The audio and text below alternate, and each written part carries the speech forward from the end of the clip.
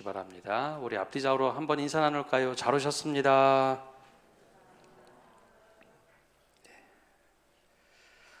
저는 대학 다닐 때 컴퓨터 과학, 즉 전산이라는 것을 전공했습니다. 제가 대학 들어갈 때는 우리나라에 마이크로 컴퓨터가 막 나왔고 1학년 때 286 컴퓨터라는 게 처음 나왔습니다. 그때는 플로피 디스크를 사용하는 컴퓨터였죠. 그때 처음으로 인터넷 세상이 올 것이다 라는 이야기를 책을 통해서, 교수님을 통해서 들었습니다. 그때만 하더라도 개인용 컴퓨터, 즉 PC라는 것이 많이 보급되지 않았을 때입니다. 책으로만 배웠던 인터넷 세상, 학생들 중에는 대부분 그런 세상이 올까 의구심을 가졌죠. 근데 군대에 갔다 복학해 보니 세상이 좀 많이 바뀌었습니다. 교수님께서는 알아듣지 못하는 용어들을 사용하시는데 학교 이메일 계정을 만들고 숙제를 내라라는 거였죠. 한 달 안에 홈페이지, 개인 홈페이지를 만들어서 제출하라는 것이었습니다. 그래서 열심히 알아듣지 못하는 이야기이기 때문에 주변 학생들에게, 후배들, 선배들에게 물어보고 그렇게 숙제를 제출했습니다. 근데 그때 교수님이 또 이런 얘기를 하셨습니다. 앞으로 인터넷 세상이 세상을 바꿔놓을 텐데 여기에 관심 있는 사람들은 데이터베이스, 즉 자료 관리하는 프로그램을 공부하거나 보안 프로그램을 공부해야 된다. 근데 그것을 잘 귀담아 듣고 공부한 친구들은 세상이 바뀐 이 시대를 열어갔습니다. 근데 그때만 하더라도 다 우리가 쓰고 있는 다음 포털 혹은 네이버 포털이 나오기 이전이었습니다. 설마 그런 세상이 오겠나? 그런데 본격적으로 세상을 바꾸는 것은 인터넷, 컴퓨터로 보는 인터넷이 아니라, 여러분 대부분 가지고 계실 텐데요, 스마트폰이 2000년대 후반에 나오면서 실제로 인터넷, 온라인 세상이 열리기 시작했습니다. 처음에는 사람들이 생각했습니다. 신문은 컴퓨터나 이 스마트폰으로 보는 것이 아니라 종이로 봐야 되고, 그리고 서로 소통하려면 전화를 하거나 아니면 손편지를 써야 된다. 그런데 지금 손편지 쓰는 사람 거의 없죠. 웬만하면 SNS로 소통을 합니다. 사람들이 그때 처음 이 인터넷 세상이 열렸을 때 그걸 보고도 경험하고도 설마 되겠어? 그건 안 될 거야. 공상과학 영화에나 나오는 것일 거다라고 했는데 지금 대부분 스마트폰을 통해서 기사를 접하고 TV 대신 유튜브, 스마트폰으로 보는 사람들이 많습니다. 하나님의 나라도 이와 참 비슷합니다.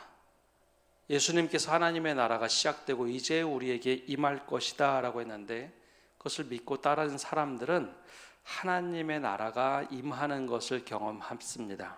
근데 반대로 이게 불가능하다, 우리가 살아가는 시대에 어떻게 하나님의 뜻이 이루어져? 라고 생각한 사람들에게는 멀게만 느껴집니다. 불가능하다고 생각을 하죠. 우리가 찬송가 442장 후렴구에 보면 이렇게 가사가 되어 있습니다.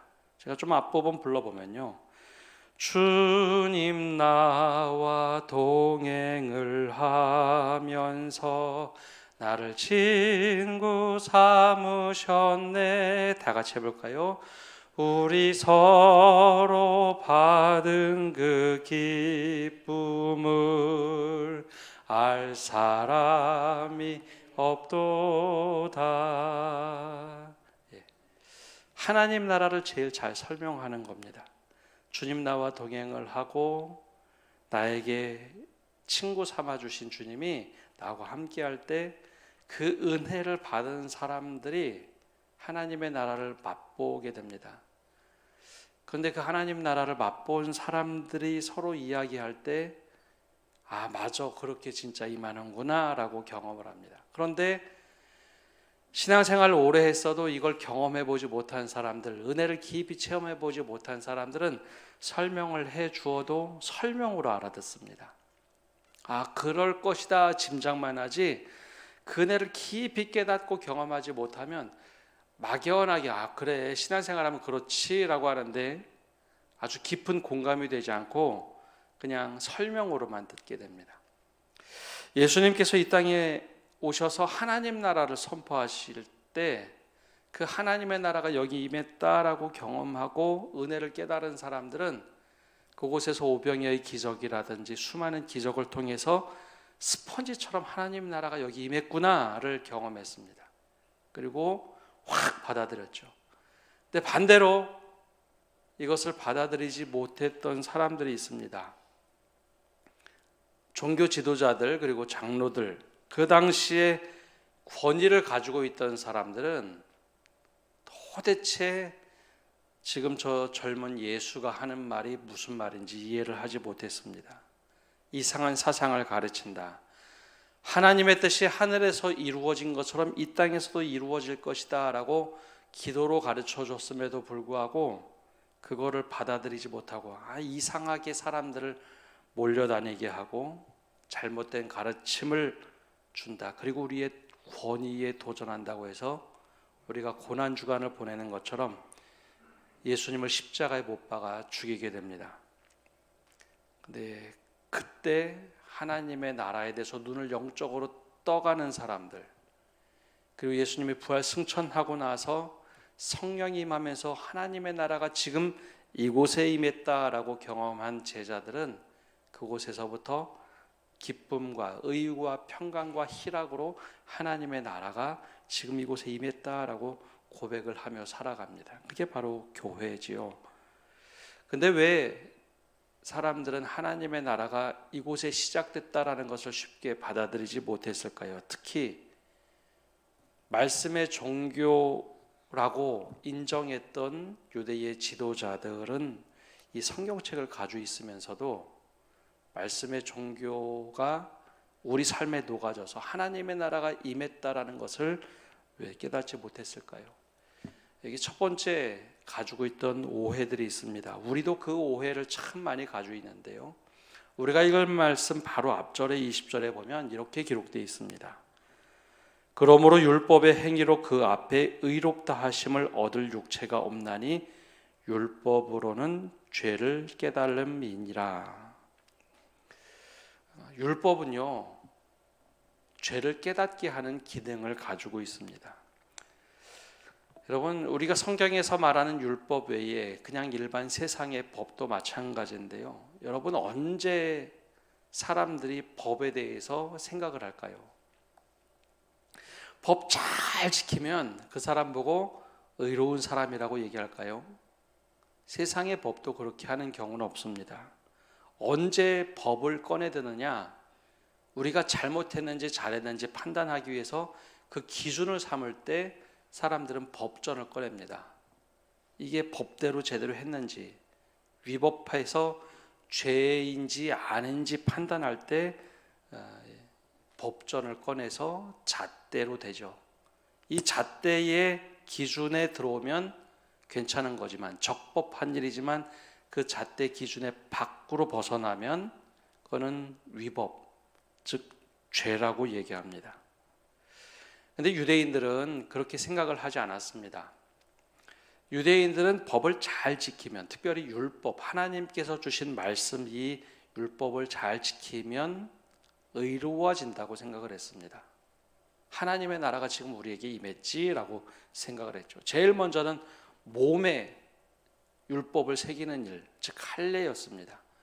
태어난 지 8일 만에 남자들 할례를 시켜서 몸에 율법을 지키도록 내가 얼마나 믿음대로 살고 있는지 몸에 새겼습니다. 두 번째는 시간으로 지키는 겁니다. 안식일을 지키는 것. 일주일에 하루를 하나님 앞에 온전히 드리면 그게 하나님 앞에서 의롭다라고 생각을 했죠. 그뿐만 아니라 몸에 시간으로 그리고 물질로 하나님 앞에 예배를 드릴 때 물질로 하나님 앞에 특별히 동물을 가져다가 드렸습니다.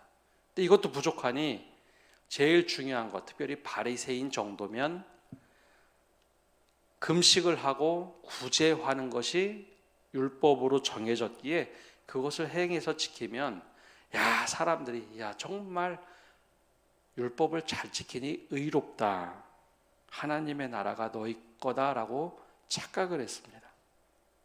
근데 율법은요, 그걸 잘 지킨다고 의로워지는 게 아니라 그거는 당연한 것이었습니다.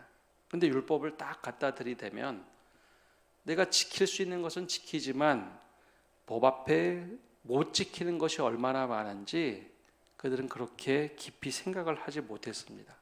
이거 잘 지키면 하나님께서 당연히 너 의롭다고 생각하실 거야 라고 생각했죠. 그런데 율법을 갖다 댈 때 내가 잘 지킬 수 있는 것, 내가 행할 수 있는 것만 잘 지켰습니다. 근데 마음속에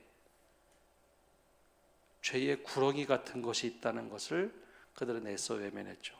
이거 잘 지키지 않는 사람은 죄인이야. 이거 말씀대로 행하지 않는 이방인들은 상종을 하면 안 돼. 하나님이 지으셨어도 이건 되는 사람 안 되는 사람 마음속에 사람들을 다 찢어놨습니다. 그리고 미워할 사람들은 마음에 미워하지만 겉으로는 율법을 잘 지키는 의로운 사람이라고 생각했죠. 근데 그들이 그것까지는 깨닫지 못했습니다.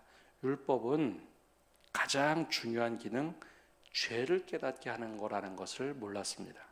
그걸 잘 지키면 의로운 사람이 되는 게 아니라 율법을 딱 갖다 대면 내가 죄인인지 아닌지 기준점이 되는 것을 몰랐습니다.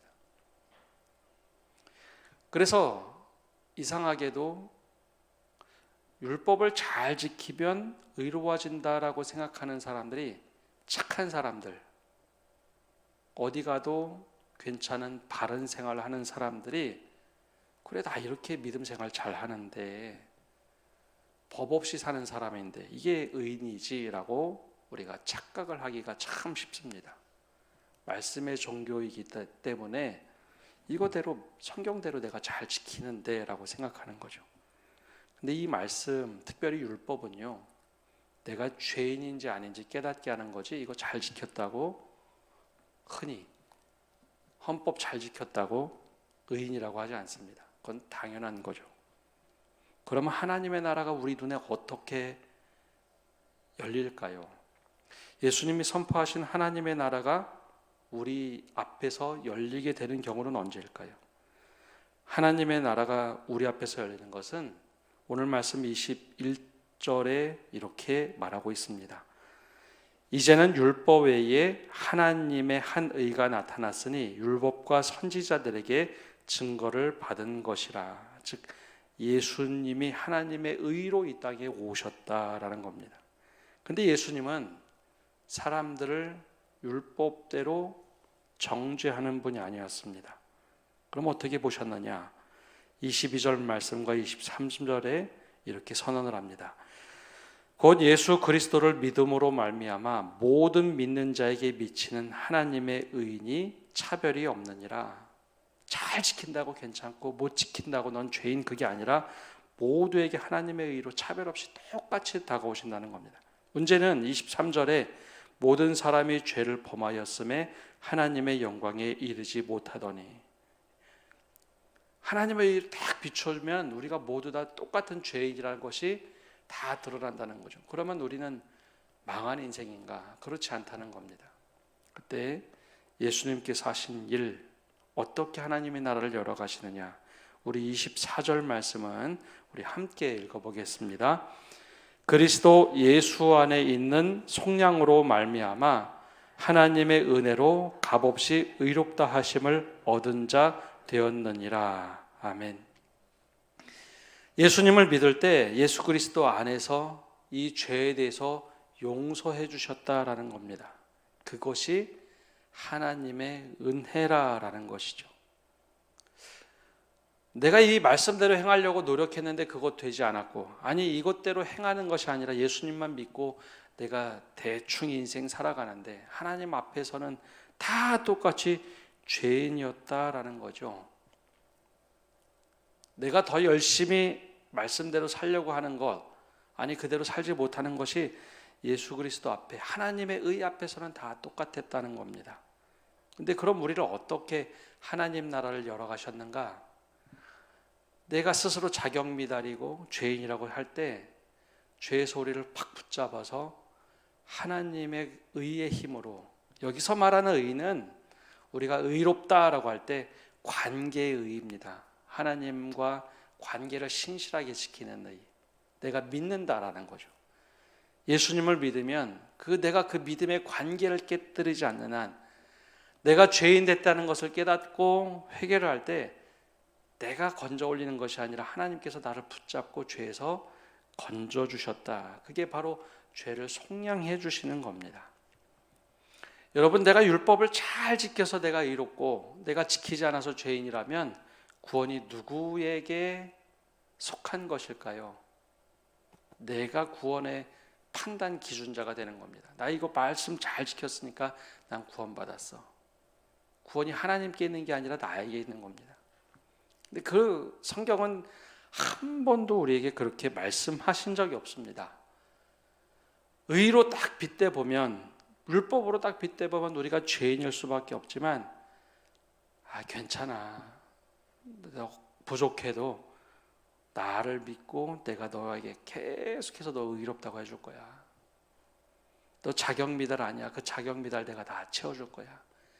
죄, 그것으로부터 네가 회개하고 돌이키기만 하면, 나를 믿고 그렇게만 하면 내가 그 속에서 살지 않고 너를 붙잡고 확 끄집어내 줄 거야. 제일 잘 보여준 게 출애굽기입니다. 이스라엘 백성이 잘나서 출애굽시킨 것 아닙니다. 이스라엘 백성이 의로워서 애굽에서부터 탈출시킨 것 아닙니다. 보잘것없고 힘없고 아무것도 없는데 죄라고 하는 거대 악 속에 있던 이스라엘 백성을 하나님이 강권해서 그들을 애굽에서 탈출시키시죠. 죄에서 건져내시는 것도 우리가 하나님을 믿을 때, 예수 그리스도를 믿을 때 그렇게 거기서부터 건져내신다. 그게 바로 죄로부터 속량하신다라는 겁니다. 그럼 그때 우리가 은혜를 맛보죠. 하나님이 나를 이렇게 인도하셨구나. 그게 하나님의 은혜고 하나님의 의로 초대하는 겁니다. 그때 비로소 하나님의 나라 빗장문이 내 삶에 열리기 시작합니다. 우리 다 똑같이 죄인인데 나에게 은혜 주셨어. 내가 이렇게 살 수 없지. 그래서 하나님의 나라는 그때부터 내 안에 의로, 평강으로, 기쁨으로, 이 죄인도 하나님이 용서해 주시고요, 이 죄인을 친구로 삼아 주시는구나. 그래서 은혜를 맛보는 겁니다.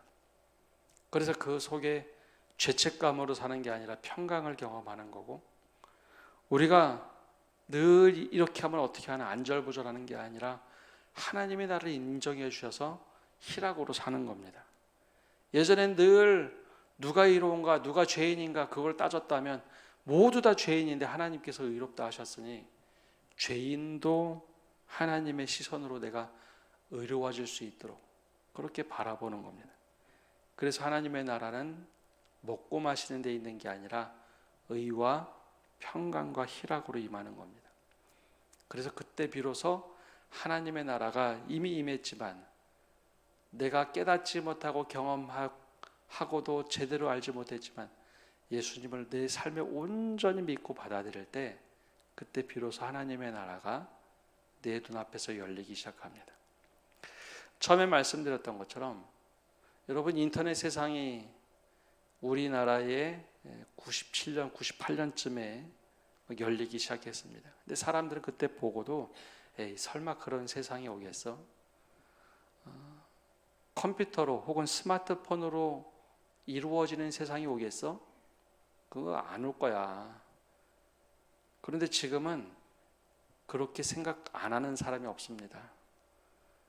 지구 총 반대편에 일어났던 일을 오늘 우리는 이 스마트폰으로 지금 직접 봅니다.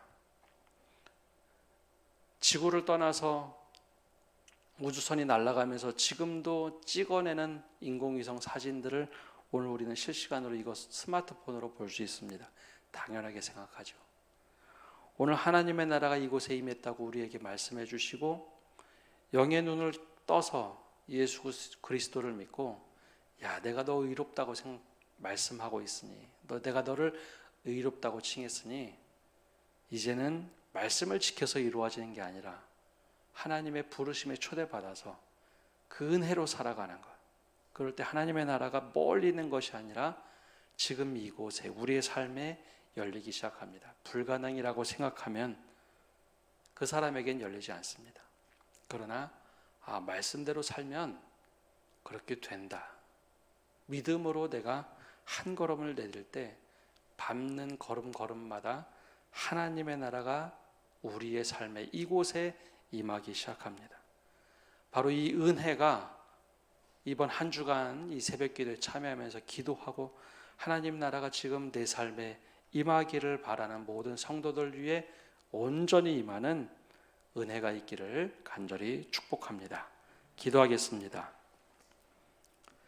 사랑의 주님, 우리에게 하나님의 나라가 온전히 임하게 하여 주옵소서.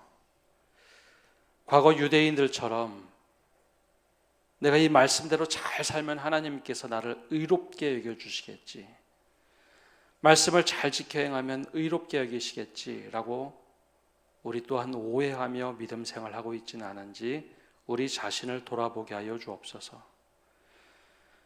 이 말씀이 우리를 조명할 때 우리가 얼마나 죄인인지 깨닫도록 하셨는데, 오히려 그것보다는 이거 잘하면 내가 의인이고 지키지 않으면 저 사람들 저렇게 죄인처럼 살아가는데 하나님이 심판하지 않으시는가, 늘 그렇게 시선을 가지고 살았다면 이제는 바꾸게 하여 주옵소서. 하나님 앞에서 모두 죄인이고 하나님의 영광에 이르지 못하였지만 예수님을 믿을 때 나를 그 말씀으로 조명해 주셔서 내가 얼마나 추악하고 더러운지 깨달을 때, 야, 이제 괜찮다고 말씀하시며 나를 죄 가운데서 건져주시고 하나님의 은혜로 하나님의 나라를 맛보며 살도록 의롭게 초대하신 주님, 이제는 그 은혜 가운데 살게 하여 주시옵소서.